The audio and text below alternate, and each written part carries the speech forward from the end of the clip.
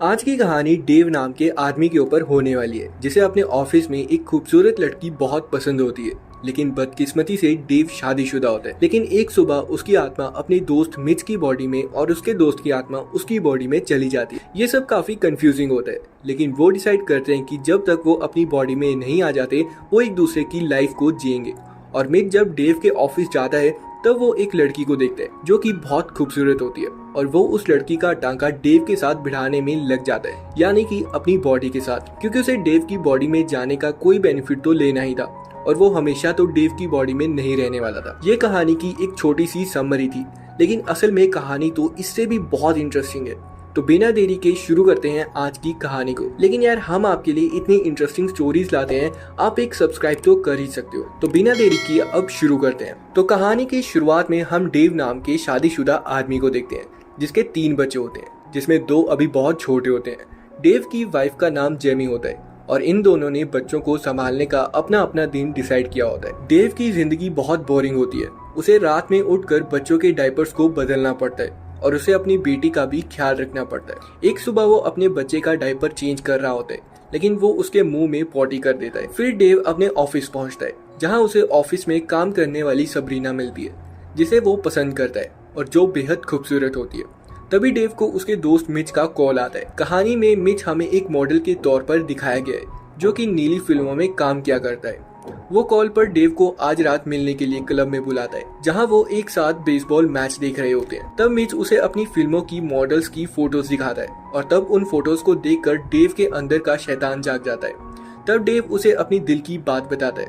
वो उसे अपने ऑफिस में काम करने वाली सबरीना के बारे में बताता है। डेव कहता है कि अगर मैं जल्दी शादी ना करता तो आज शायद मैं जिंदगी में मजे ले रहा होता। वह बातें करते करते एक पार्क में पहुंच जाते हैं, जहाँ पर उन्होंने पी रखी थी और उन्हें बहुत जोर की सुसु लगती है। मिच और डेव को कोई और जगह नहीं मिलती, इसलिए वह फाउंटेन में ही अपनी धार मारने लगते हैं और दोनों एक दूसरे से कहते हैं कि काश मेरी जिंदगी तेरी जैसी होती। जिसके बाद पूरे शहर की लाइट चली जाती है और वह अपनी धार को खत्म करके अपने घर की ओर निकल जाते हैं। और जब अगले दिन सुबह होती है तब डेव यानी मिच अपने पास बच्चों की रोने की आवाज सुनकर उठ जाता है और तभी वो जेमी का सामान देख उसे अंदर करने को कहता है और उससे पूछता है कि कल मैंने कुछ ज्यादा पी ली थी क्या, जो मैंने अपने दोस्त की वाइफ को भी नहीं छोड़ा। जिसके बाद वो शीशे में अपना मुंह देखता है और वो शॉक रह जाता है। वो जल्दी से अपने घर जाता है और डेव को अपनी बॉडी में देख उसके होश उड़ जाते हैं। डेव भी ये सब देख काफी शॉक था। अब गाइस, आप कंफ्यूज ना हो, इसलिए मिच की बॉडी में अब डेव था तो हम उसे डेव कहेंगे, और डेव की बॉडी में मिच था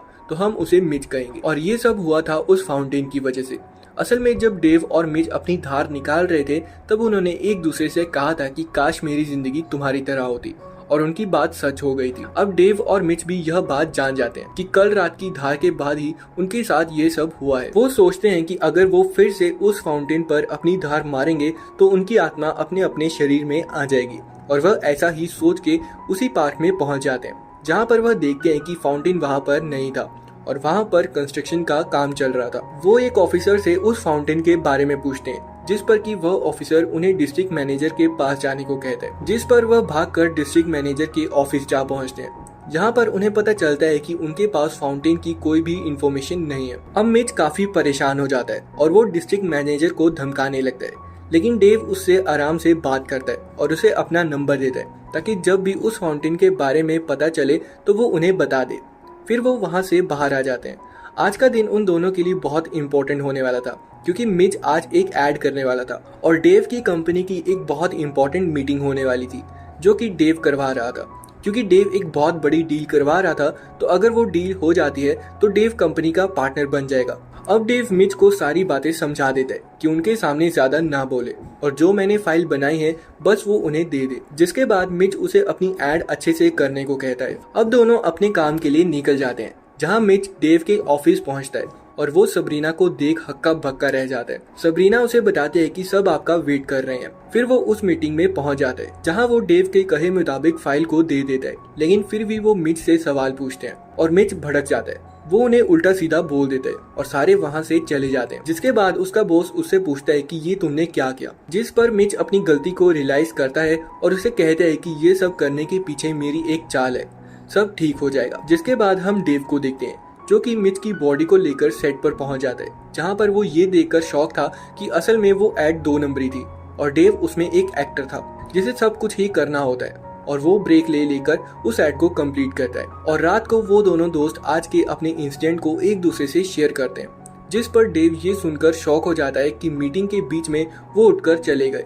जिसके बाद डेव का दिमाग घूम जाता है और मिच उसे शांत रहने को कहता है क्योंकि डील कैंसिल नहीं हुई थी। फिर वो अपनी वाइफ को सारी बातें बताने का सोचता है और वो घर आ जाते हैं। मिच यानी डेव अपनी वाइफ को सारी बात बताता है और उसे कुछ ऐसी बातें भी बताता है जो कि सिर्फ वो और डेव जानते थे। लेकिन जेमी डेव यानी मिच को बोलती है कि तुम्हें इसे वो बात भी बता दी। फिर जेमी काफी गुस्सा हो जाती है और मिच बाहर आकर डेव को कहता है कि अगर उसने मेरे साथ कुछ करने की कोशिश की तो मैं बिल्कुल भी नहीं छोड़ने वाला।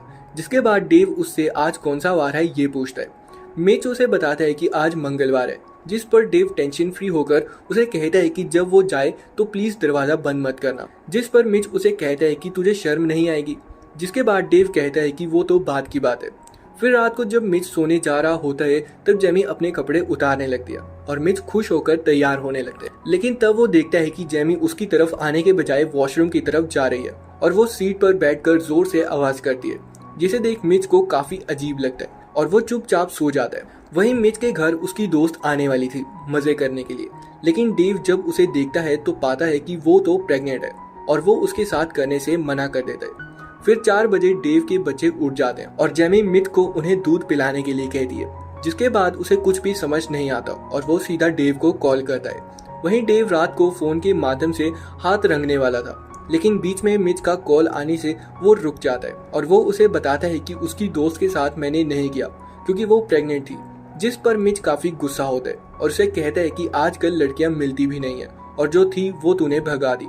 जिसके बाद डेव मिच को अपने बच्चों को दूध पिलाने के लिए कहता है और वो बच्चों पर पूरा दूध डाल देता है। जिसके बाद डेव मिच से मिलने अपने ऑफिस आता है और वो उसे अपनी जिम्मेदारियों को समझने के बारे में बोलता है। जिसके बाद वहाँ पर सबरीना आ जाती है जो उसे बताते हैं कि मीटिंग दोबारा होने वाली है, जिस पर डेव काफी खुश हो जाता है।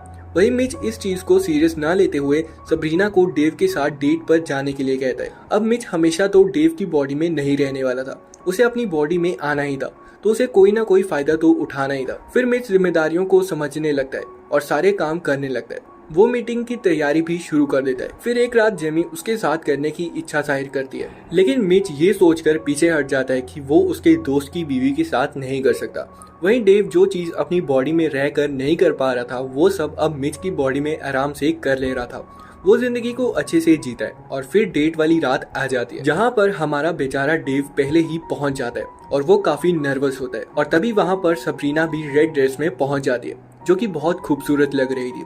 सबरीना उससे कहती है कि मैं यहाँ पर नहीं आना चाहती थी और ये कोई डेट नहीं है, बल्कि मैं अपनी नौकरी नहीं खोना चाहती, इसलिए मैं बॉस के ऑर्डर पर यहाँ पर आई हूँ। जिसके बाद वो दोनों आपस में अच्छे से बात करते हैं और यहाँ पर सबरीना कहती है कि मेरा बॉस बहुत हैंडसम है और मेरा अपने बॉस पर क्रश भी था, लेकिन क्या करें वह बेचारा शादीशुदा निकला। अब ये सुनकर डेव के मन में लड्डू फूटने लगते हैं और वो एक साथ ड्रिंक करते हैं। फिर वो दोनों घर के लिए निकल जाते हैं जहाँ डेव सबरीना को उसके घर ड्रॉप करता है और वो एक दूसरे को देखते ही रह जाते हैं। यहाँ पर सबरीना एक्सपेक्ट कर रही थी कि वह उसे किस करेगा, लेकिन हमारा डेव ऐसा कुछ नहीं करता।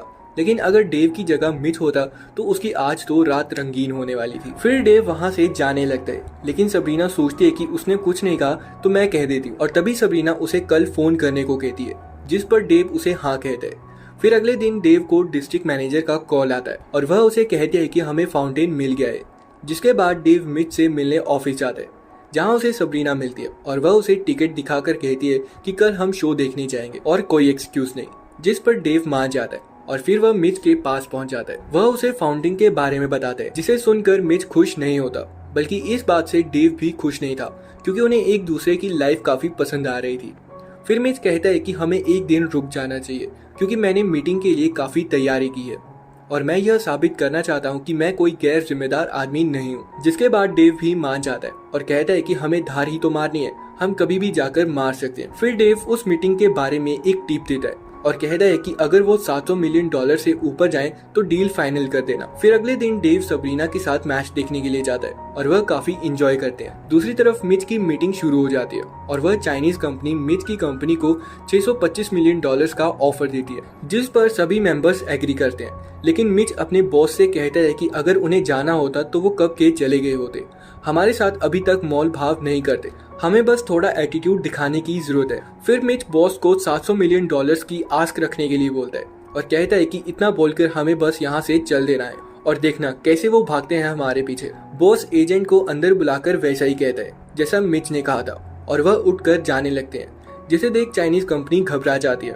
और वो इस आस्क के लिए मान जाते हैं और ये डील फाइनल होने से मिच और बाकी सारे बहुत खुश होते हैं। फिर रात को मिच के नाम पर एक पार्टी ऑर्गेनाइज की जाती है क्योंकि उसकी वजह से यह डील फाइनल हुई थी और वह अब कंपनी का पार्टनर बनने वाला था। वहीं दूसरी तरफ डेव और सबरीना मजे करने के लिए घर पर आ जाते हैं, जहां पर वह मजे कर ही रहे होते हैं कि शुरुआत में ही डेव को रियलाइज होता है कि वह एक शादीशुदा आदमी है और उसकी ऑलरेडी एक बहुत खूबसूरत वाइफ है। फिर वह गाड़ी से उसी पार्टी में पहुंच जाता है और जेमी को किस कर देता है। जेमी हैरान हो जाती है क्योंकि किस का स्टाइल पूरा डेव का ही था। फिर वो मिच की तरफ देखती है और वो उसे कहता है कि हमने पहले समझाने की कोशिश की थी। फिर वो जल्दी से उस फाउंटेन को ढूंढने निकल जाते हैं, जहां उन्हें वो फाउंटेन एक मॉल में मिलता है जहां पर बहुत सारे बच्चे, औरतें और बूढ़े थे। लेकिन वो शर्म ना करते हुए अपनी धार उस फाउंटेन में मारने लगते हैं और सभी लोग उन्हें देख रहे होते हैं और वीडियो बना रहे होते हैं और वो दोनों अपने आप को किसी तरह कंट्रोल करते हैं और वो पाते हैं कि कुछ भी नहीं हो रहा है। जिसके बाद वो दोनों जोर जोर से वही चीज बोलते हैं जो पिछली बार उन्होंने धार निकालते वक्त बोली थी। उन्हें गार्ड्स पकड़ने के लिए भी आ रहे होते हैं, लेकिन तभी लाइट चली जाती है और जब लाइट वापस आती है तब वो वहाँ से गायब हो चुके होते हैं। फिर अगली सुबह डेव की आंख खुलती है और वो पाता है कि वो अपने शरीर में वापस आ गया था और वो काफी खुश होता है। फिर वहीं हम मिच को देखते हैं जिसके घर के बाहर सबरीना आती है और अपना पर्स उससे मांगती है, जिस पर कि मिच उसे बहुत कुछ दे देता है क्योंकि टाइम ही सुबह का था। फिर हम डेव की एनिवर्सरी फंक्शन को देखते हैं जहाँ पर अब डेव और मिच दोनों बहुत खुश दिखते हैं और ये कहानी यहीं पर खत्म हो जाती है। तो दोस्तों, आपको ये कहानी कैसी लगी? अगर अच्छी लगी तो प्लीज चैनल को सब्सक्राइब कर लेना क्योंकि ऐसी ही वंडरफुल और अमेजिंग कहानियां हम अपने चैनल पर डालते रहते हैं। और मैं मिलता हूँ आपको नेक्स्ट वीडियो में, तब तक के लिए